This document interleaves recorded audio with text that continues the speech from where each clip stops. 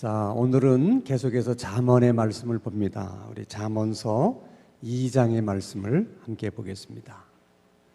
잠언서 2장 1절에서 마지막 절까지 한 절씩 교독하겠습니다. 내 아들아, 네가 만일 나의 말을 받으며 나의 계명을 네게 간직하며 지식을 불러 구하며 명철을 얻으려고 소리를 높이며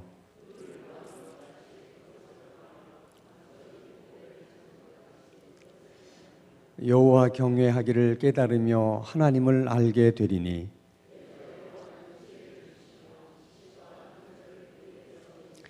그는 정직한 자를 위하여 완전한 지혜를 예비하시며 행실이 온전한 자에게 방패가 되시나니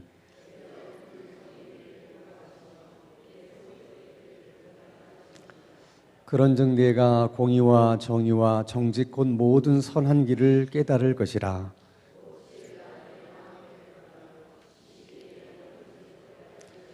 근신이 너를 지키며 명철이 너를 보호하여 이 무리는 정직한 길을 떠나 어두운 길로 행하며 그 길은 구부러지고 그 행위는 패역하니라.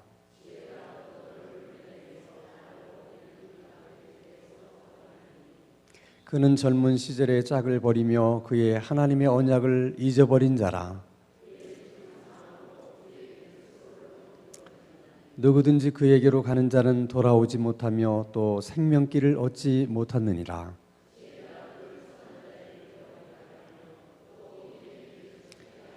대저 정직한 자는 땅에 거하며 완전한 자는 땅에 남아 있으리라.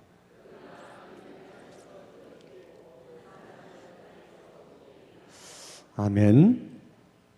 잠언서는 하나님의 지혜에 대한 말씀입니다. 그래서 우리들의 삶에 가장 적용하기도 쉽지만은 우리들의 삶에 가장 요긴하고 또 필요한 말씀이기도 합니다. 우리가 지혜 그러면 사실 제일 먼저 떠오르는 생각은 솔로몬이죠. 특별히 솔로몬이 지혜가 많아서 잠언도 많이 짓고 또 새로운 노래도 많이 지었지만은 솔로몬의 지혜에서 빼놓을 수 없는 것은 그 솔로몬의 판결입니다. 자, 한 집에 두 여인이 함께 살았는데 어느 날 한 여인이 아들을 낳았어요. 그리고 사흘 후에 또 다른 여인이 아들을 낳습니다. 근데 그 집에는 남편도 없고 그 두 여자만 있었는데 어느 날 자다가 한 여인이 잠버릇이 고약해서 그 갓난아이에게 다리를 올렸든지 어떻게 이렇게 뒹굴다가 어쨌든 그 아이가 죽게 됐습니다. 그래서 이 엄마가 보니까 그 아이가 숨을 쉬지 않는 거예요. 그래서 빨리 옆에 있는 아이하고 바꿔치기를 했습니다. 그래서 이제 이쪽에 여인이 아침에 일어나서 아이에게 젖을 먹이려고 하다 보니까 자기 아이가 아닌 거예요. 그러니까 아무리 갓난아이라 할지라도 엄마는 자기가 낳은 아이를 알아요, 몰라요? 알잖아요? 보니까 자기 아이가 아닌 거예요. 근데 이제 그 여자에게 따져 묻습니다. 왜 아이를 이렇게 바꿔치기 했느냐? 그랬더니 이쪽 여인이 나는 그런 적이 없다. 왜 네가 그런 소리를 나한테 하느냐? 그래가지고 이제 언쟁이 붙고 이 싸움이 벌어지는 거예요. 그래서 결국은 이 일을 해결하지 못해서 솔로몬 왕 앞에까지 온 겁니다. 그래서 이제 솔로몬이 두 여인의 이야기를 다 들어보니까 서로가 자기 아들이라고 주장을 하니까 이걸 어떻게 판결을 해야 됩니까? 그래서 솔로몬이 말합니다. 서로가 자기 아이라고 주장을 하니 어떻게 하겠느냐? 저 아이를 칼로 반토막을 내서 반절씩 공평하게 나눠줘라. 근데 진짜 그 엄마는 그 아이가 그렇게 죽으면 안 되잖아요. 그러니까 차라리 내가 양보할 테니까 저희 여인에게 주십시오. 근데 다른 여인은 어차피 서로 다투면서 서로 네 아이냐 우리 아이냐 이렇게 싸우니까 솔로몬 왕의 판결처럼 누구의 것도 되지 말고 그냥 반토막 내가지고 그렇게 하는 게 좋겠다. 그래서 솔로몬이 이 아이를 저 여인에게 주라고 말한 이 여자가 진짜 이 아이의 엄마다, 이렇게 얘기를 합니다.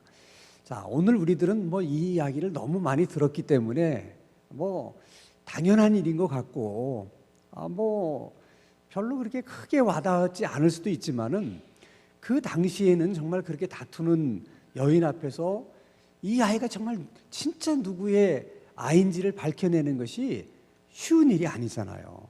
뭐 요즘 같으면야 뭐 혈액형 검사를 해본다든지 뭐 DNA 검사를 해본다든지 그러면 뭐 일도 아니지만은, 근데 왕 앞에까지 와서 재판을 해달라고 그랬는데 왕이 그것을 재판하지 못하고 판결하지 못하면 또 왕의 입장에서는 체면이 뭡니까?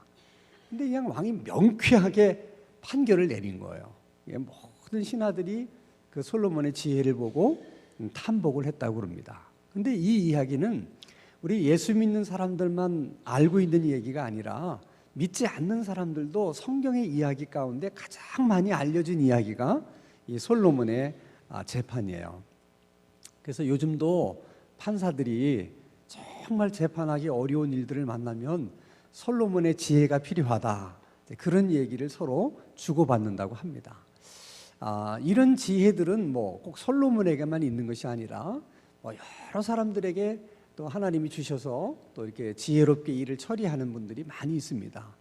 옛날 얘기 가운데 또 이런 얘기도 있어요. 어느 자그마한 나라에 이제 임금님이 왕자, 그러니까 자기 세자로 삼은 세자빈을 이제 간택하기 위해서 온 마을에다가 방을 붙였답니다.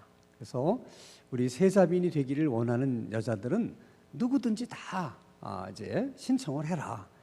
그랬더니 이제 내노라 하는 여자들이 그 세자빈이 된다는 것은 곧 나중에 왕비가 된다는 것과 같은 거니까. 그래서 여인들이 이제 저마다 이제 신청을 했어요. 근데 뭐 경쟁이 워낙 심하다 보니까 자기 생각에 자신이 없다고 조금이라고도 이렇게 생각되는 사람들은 지원할 수가 없는 거죠. 그래서 모였는데 보니까 하나같이 미모도 뛰어나고 뭐 키도 크고 몸매도 좋고 또 뭐 여러 가지 인터뷰를 해보니까 학식도 나름대로 있고 다 정말 지원할 만한 사람들이 지원을 한 거예요.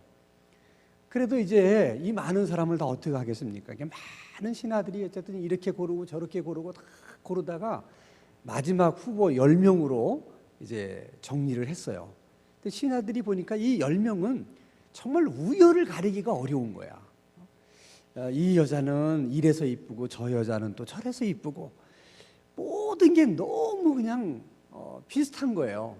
그래서 신하들이 우리는 더 이상 간택하기가 어려우니까 이제 왕에게 가서 있는 그대로 얘기를 하자. 그래서 왕에게 가서 얘기를 했습니다. 저희들이 10명까지는 줄였는데 더 이상은 저희들의 힘으로는 줄일 수가 없습니다. 그랬더니 왕이 나와서 보니까 신하들이 말이 맞는 거예요. 마음에 드는 거야. 그래서 이제 왕이 그 10명의 여자들에게 과제를 하나 줍니다. 그것은 뭐냐면 쌀 한 대박을 다 나눠주면서 이 쌀 한 대박을 가지고 한 달을 살다가 다시 오너라, 그런 거예요. 그래서 10명의 여자들이 이제 왕이 나눠준 쌀 한 대박을 가지고 집에 돌아와서 이걸 가지고 어떻게 한 달을 사나, 이제 이게 고민을 하는 거예요. 일부 여인들은 일단 쌀을 아껴야 되니까 굶자. 대책 없이 굶다가 나중에 배가 고프니까 아이고 이제 뭐 세자빈이고 뭐고 굶어 죽게 생겼는데, 그래서 그냥 밥을 홀라당 해먹는 바람에 며칠 못 먹고 끝났어요. 또 다른 여자들은 쌀 한 대박을 가지고 와서 처음부터 30등분을 한 거야. 다 30등분해서 그 하루에 하나씩 먹는 거예요. 근데 그 쌀 한 대박을 뭐 이렇게 30등분 하니까 얼마나 되겠어요. 그러니까 그냥 뭐 죽 써가지고 미음처럼 그렇게 먹어서 겨우 그 쌀 한 대박을 가지고 30일을 버틴 거예요. 근데 너무 이제 적게 먹다 보니까 30일이 지난 후에 피골이 상접을 해가지고 그 예쁘고 탄탄하던 피부는 다 어디 가고 완전히 사람이 누렇게 떠가지고 환자들 같은 거야. 그래서 이제 다 돌아오는 날 이제 왕 앞에 왔는데 그 중에서 딱 한 여자만 처음 왔을 때 그 모습 그대로 아주 탱탱한 모습으로 나타난 거예요. 그래서 이제 왕이 너는 어떻게 해서 처음 그 모습으로 왔느냐? 예, 임금님, 저는 임금님께서 제게 주신 쌀 한 대박을 가지고 와서 이걸 가지고 어떻게 한 달을 살까 생각하다가 그 쌀 한 대박을 가지고 떡을 만들어 가지고 시장에 내다 파니까 또 쌀 한 대박이 남았습니다. 그 남은 쌀 한 대박을 가지고 또 떡을 해서 팔았더니 또 쌀 한 대박이 남았습니다. 그래서 저는 실컷 먹고 떡도 먹고 이렇게 그러다 보니까 이렇게 옛날하고 통통한 살로 왔습니다. 그래서 임금님이 그 여자를 세자빈으로 간택을 했다는 거예요. 참 이렇게 지혜라는 것이 있고 없는 것이 이렇게 세자빈이 될 수도 있고 안 될 수도 있는 거예요. 참 지혜라는 게 이게 얼마나 이제 중요한지 모르죠. 근데 오늘 잠언서 2장에 보면 이렇게 제가 얘기를 하면 야, 참 그 지혜라는 게 정말 좋구나. 나에게도 그런 지혜가 있었으면 좋겠다. 많은 사람들이 그렇게 생각을 하죠. 근데 다만 그렇게 생각할 뿐이라는 거야. 대부분 사람들이.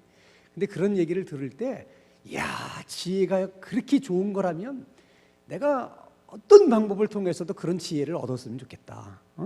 내가 어떤 희생을 치르더라도 그런 지혜라면 내 것으로 만들었으면 참 좋겠다. 이런 열망이 있어야 되는데 그렇지 못하다는 거예요. 대부분의 사람들이. 그 얘기를 오늘 잠언서에서도 얘기하는 거예요. 그래서 3절, 4절 말씀을 보면 지식을 불러 구하며 명철을 얻으려고 소리를 높이며 은을 구하는 것 같이 그것을 구하며 감추어진 보배를 찾는 것 같이 그것을 찾으면 그것은 뭘 말하는 거예요? 지혜를 말하는 거예요. 그러니까 지혜를 얻고자 하는 사람의 마음의 자세가 막 지혜를 주세요, 지혜를 얻어야만 합니다, 이렇게 막 소리 높여 외치고 또 아주 값비싼 은이라든지 보배를 내 것으로 만들려고 하는 것처럼 그렇게 지혜를 원해야지만, 그래야지만 그 지혜를 얻을 수가 있다는 거예요. 그러니까 하나님이 이 지혜가 이렇게 소중한 것인데 그냥 쉽게 아무에게나 주거나 쉽게 아무거나 얻을 수 있게 만들지를 않았다는 거야. 저런 마음으로. 그러니까 우리 수요 기도에 나와서 소리를 지르며 기도하고 간절히 하나님께 부르짖는 사람들은 이미 기본이 돼 있어. 저기 보세요. 기본이 되어 있는 거야. 여러분들은 지혜를 구할 수 있는 뭐가 되어 있다? 기본이 되어 있어요. 저런 마음을 잃어버리지 않아야 돼. 예수님이 이 땅에 오셔서 하나님 나라를 전하고 복음을 전할 때도 똑같은 마음이셨어요. 예수님은 정말 이 세상에서 가장 값진 복음을 전하는 것이고 하나님 나라를 전하는 것인데 그 하나님의 나라에 대한 이야기를 듣는 사람이나 복음에 대한 얘기를 듣는 사람이 정말 저런 마음으로 하나님의 나라를 내 것으로 만들어야 되겠다. 주님 전하는 복음을 내 것으로 만들어야 되겠다. 그래야 되는데 그렇지 않는 거예요. 그래서 오죽 답답하셨으면 예수님이 이제 비유로 예를 드는 거야. 그게 땅에 감추어진 보화에 대한 비유예요. 자, 이스라엘이라는 나라는 우리나라하고 비슷해서 이 강대국 사이에 이렇게 끼어 있기 때문에 항상 전쟁이 많은 나라입니다. 그러니까 언제 전쟁이 일어날지를 모르는 거예요. 그래서 사람들이 자기 나름대로 재산을 이렇게 이제 안전하게 보관하는 방법을 이제 터득을 했는데, 자, 난리가 일어났다 그러면 많은 재산을 가지고 피난 가기가 어려운 거예요. 무거운 짐도 되지만 피난 갔다가 뭐 적을 만나면 다 빼앗길 수도 있고, 그러니까 이것을 아무도 모르는 데다가 이제 감추고 가야 되는데 어디가 좋겠어요. 그러니까 뭐 자기가 살던 집에 마당을 파고 묻는다든지 아니면 바로 인근 곁에 있는 자기 밭에다가 깊이 파묻어 놓고 이제 표시를 해놓고 피난을 갔다가 전쟁이 끝나면 돌아오는 거예요. 근데 가끔은 피난을 갔다가 뭐 적에게 죽임을 당한다든지 뭐 어떤 사고가 생겨서 못 돌아오는 경우가 있어요. 그러면 이제 그 밭은 이제 주인이 없으니까, 그러니까 이제 주인 없으니까 뭐 인근 가까운 사람이 와서 뭐 경작을 하기도 하고 이제 그냥 자기 밭처럼 농사를 져먹는 거죠. 그러다가 어떤 사람이 밭을 일구다 보니까 뭔가 이렇게 속에 뭐가 있는 것이 이제 느껴진 거죠. 파 보니까 뭐야? 이 집에서 이제 아주 우리로 말하면 뭐 뭐 달러에다가 금 뭐에다가 뭐 다이아몬드, 이게 아주 값비싼 보화를 상자 속에 넣어서 땅에 묻어놓은 걸 이 사람이 받은 거예요. 근데 이걸 만약 자기가 그냥 공짜라고 생각해서 꺼내었다가 주인이 나타나면 남의 물건을 훔친 게 되는 거잖아요. 그러니까 이분이 빨리 그것을 묻어서 딱 표시 나게 해놓지 않고 이걸 자기 것으로 만들기 위해서 이 밭의 주인이 누구냐, 이 주인을 찾는 거예요. 그러면 예를 들어서 뭐 전쟁에 나가서 그 사람이 죽었으면 그 아들이 살아있다든지 뭐 아니면 그 동생이 살아있다든지 어떨지 뭐 있을 수 있잖아요. 주인이 될 만한 사람을, 그 사람을 다 찾아가 가지고 이 밭을 나에게 팔아라. 그리고 이제 사는 거죠, 밭을. 그럼 이제 평당 예를 들어서 뭐 10만 원 하는 밭을 내가 20만 원을 주겠다. 그럼 그 사람 팔아요, 안 팔아요? 팔죠. 여러분도 팔 것 같아.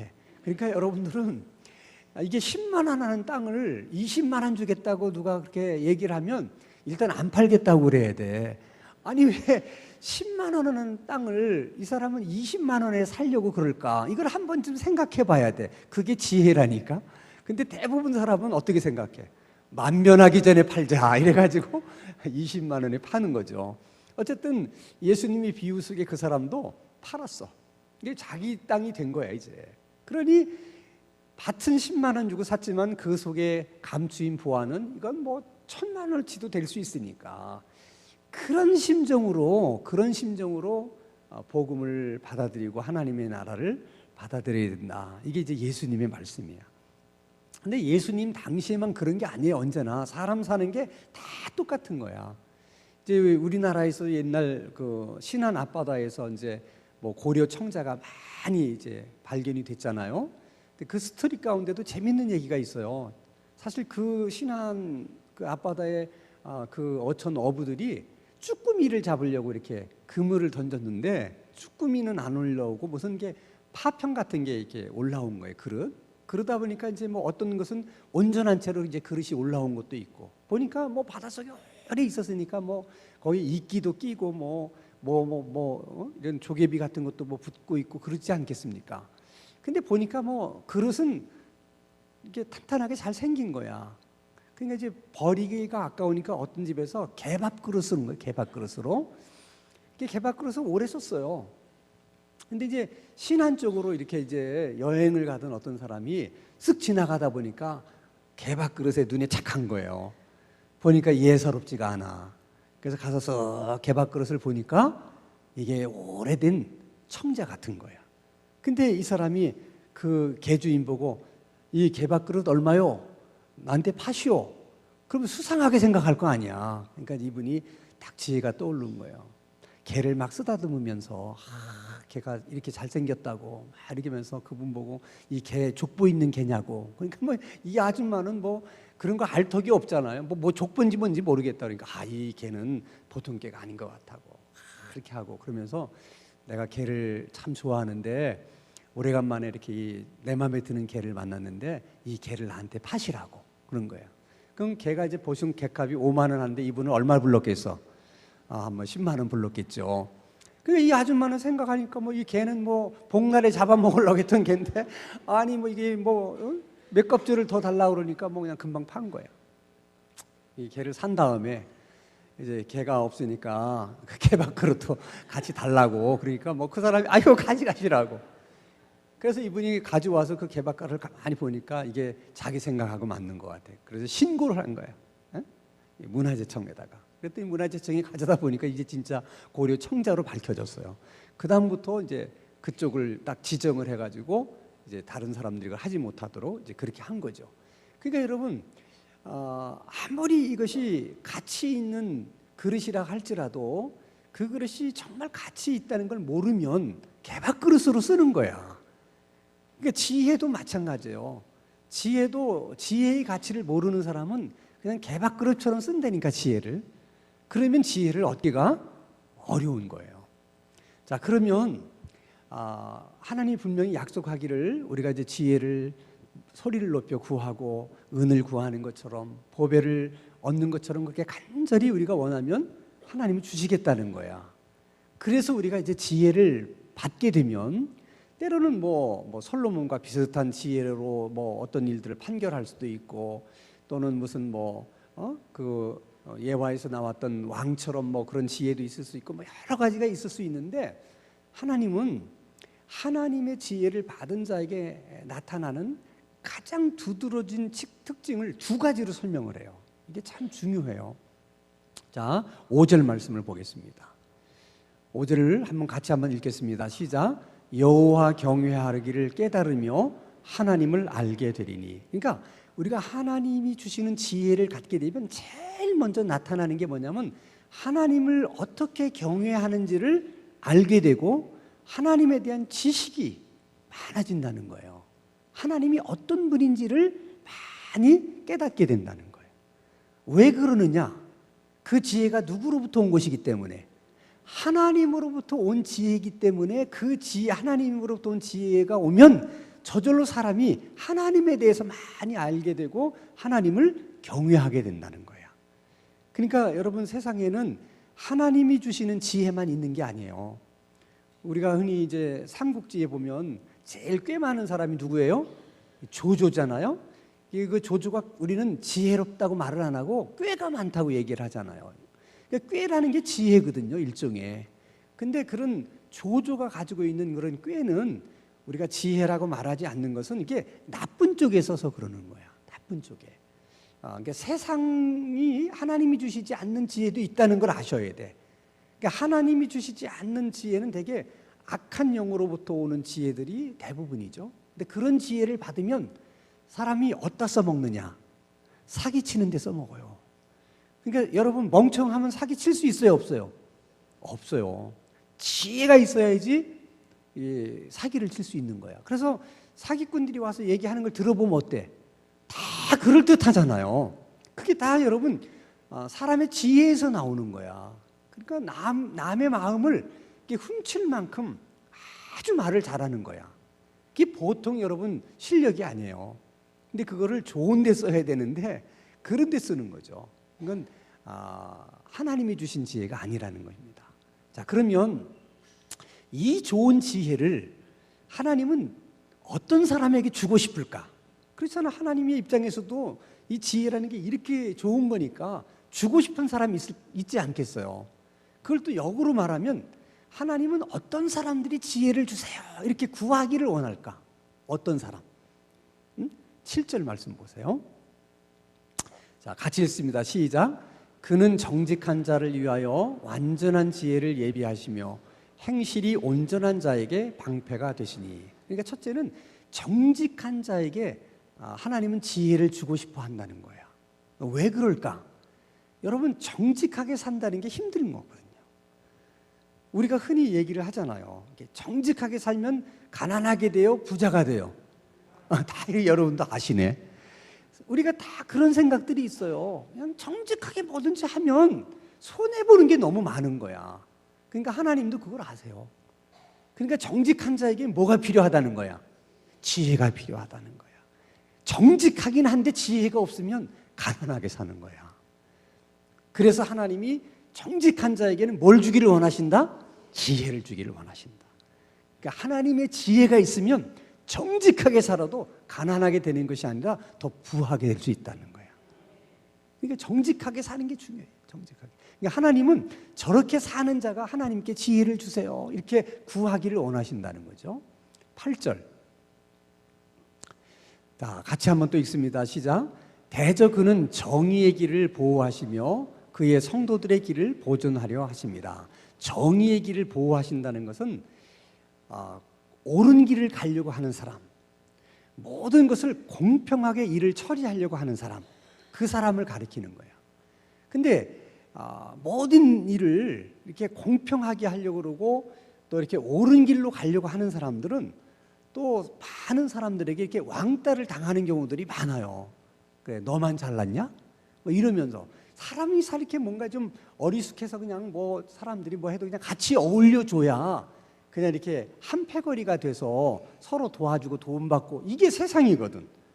근데 거기서 그냥 자기는 이건 옳은 길이 아니기 때문에 저는 그렇게 할 수 없습니다, 뭐 그렇게 말한다든지 또 이것은 그렇게 하면 안 됩니다, 공평하게 해야 됩니다, 이러는 사람들이 오히려 사람들에게 미움을 받는 거야.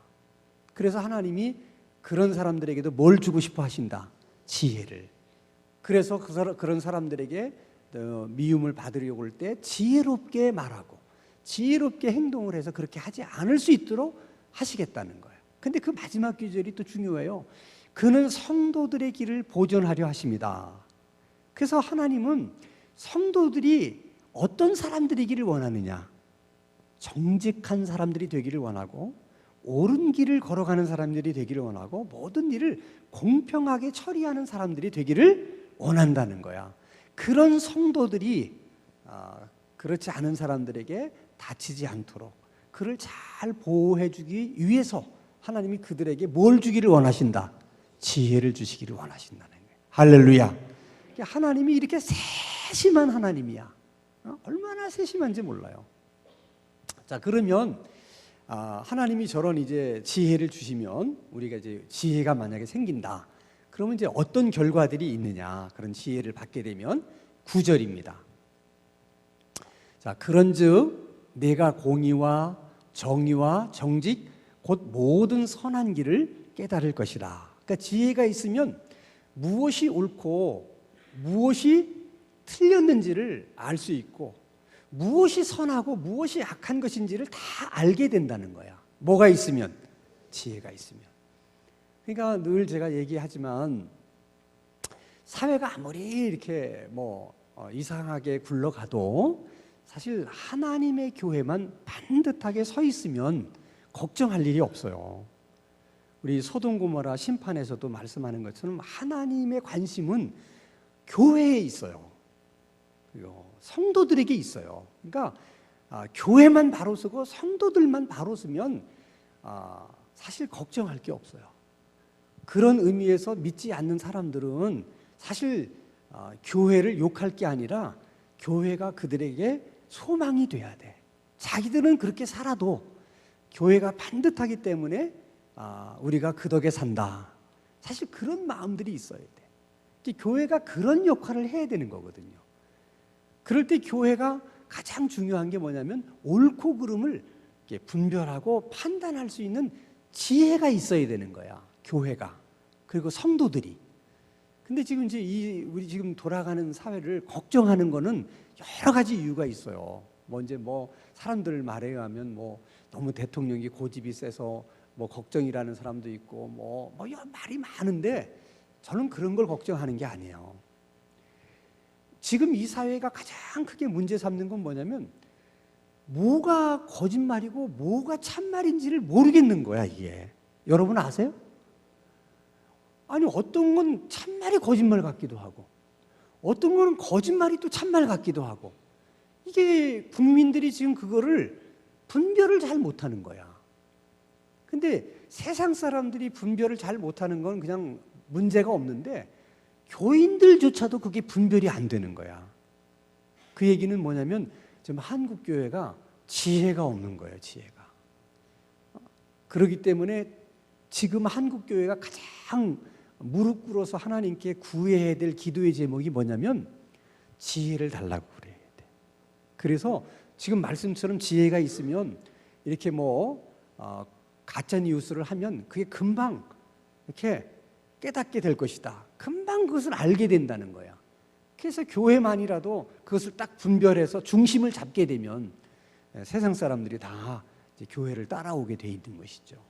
얼마나 좋은지 몰라. 그래서 이렇게 옳고 그름을 분별하고 선하고 악한 것을 분별할 줄 아는 그런 이제 지혜 때문에 우리가 그런 마음을 갖게 되면 우리의 마음이 어떻게 되느냐. 자, 그 다음에 10절 같이 한번 읽겠습니다. 시작. 그 지혜가 내 마음에 들어가며 지식이 내 영혼을 즐겁게 한다. 그러니까 지혜가 있으면 옳고 그름이 분별이 되니까 두려움이 없어요. 그리고 겁날 게 없는 거야. 그러니까 내 마음이 나를 지지해줘. 응? 네 생각이 옳다. 네 판단이 옳다. 그러니까 마음에 자신감도 있고 그러니까 마음이 어떻게 해요? 편안하고 즐겁다는 거야. 그러니까 지혜가 있는 사람들은 삶이 보통 이렇게 그래서 안정감이 있는 거야. 별로 염려할 것도 없고 두려워할 것도 없고 그렇게 된다는 것이죠. 그러니까 얼마나 지혜가 좋은 거예요. 지혜가 있으면 삶을 그렇게 살 수 있다는 것이죠.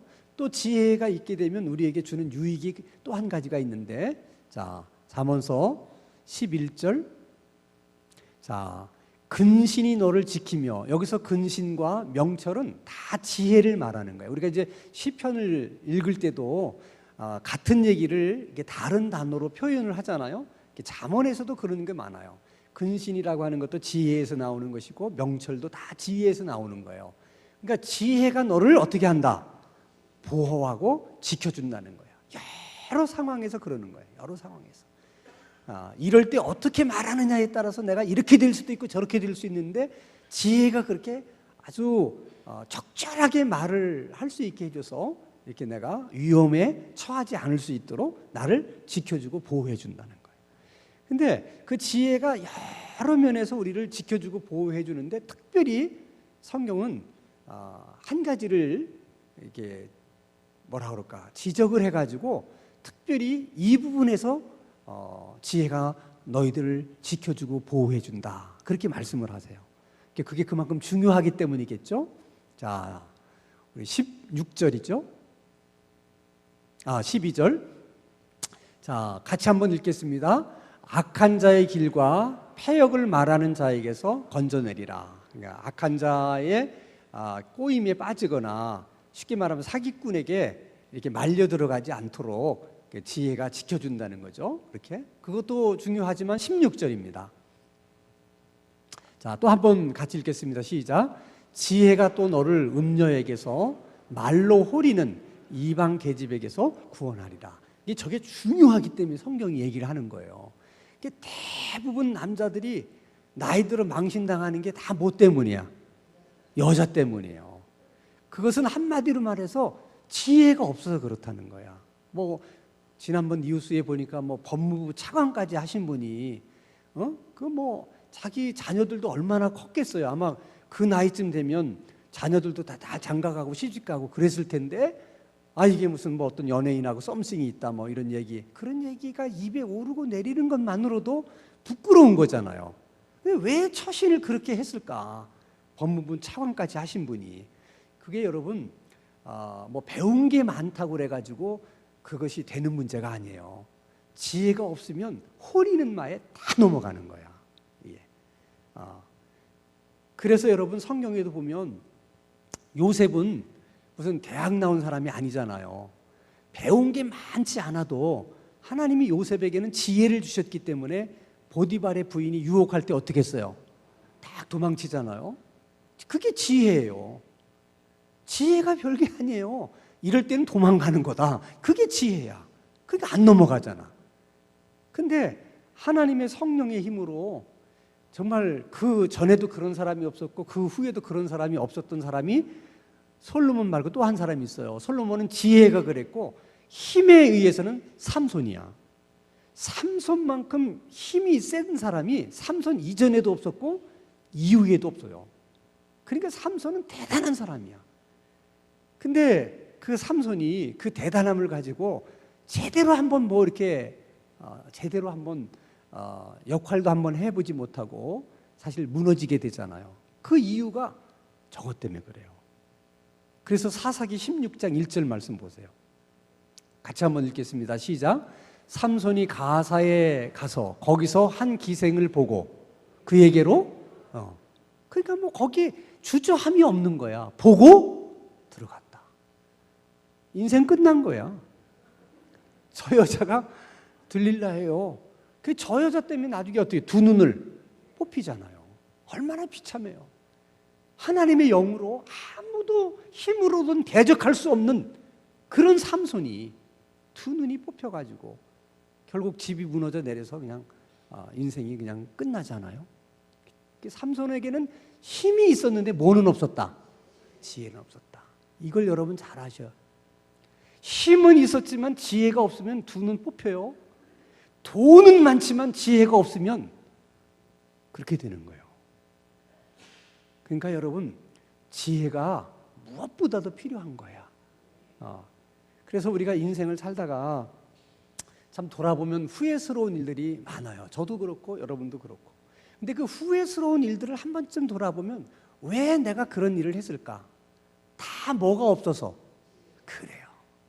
지혜가 없어서 그때 그렇게 말한 것이고 지혜가 없어서 그때 그렇게 행동한 거야.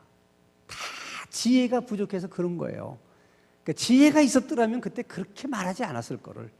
지혜가 있었으면 그때 그런 행동을 안 했을 것을. 이게 다 후회로 남는 거야. 그러니까 이제 지금이라도 우리가 하나님께 지혜를 구해서 우리 남은 생애만큼이라도 그 지혜를 가지고 후회스럽지 않은 그런 남은 생애를 살아가기를 주의 이름으로 축원합니다.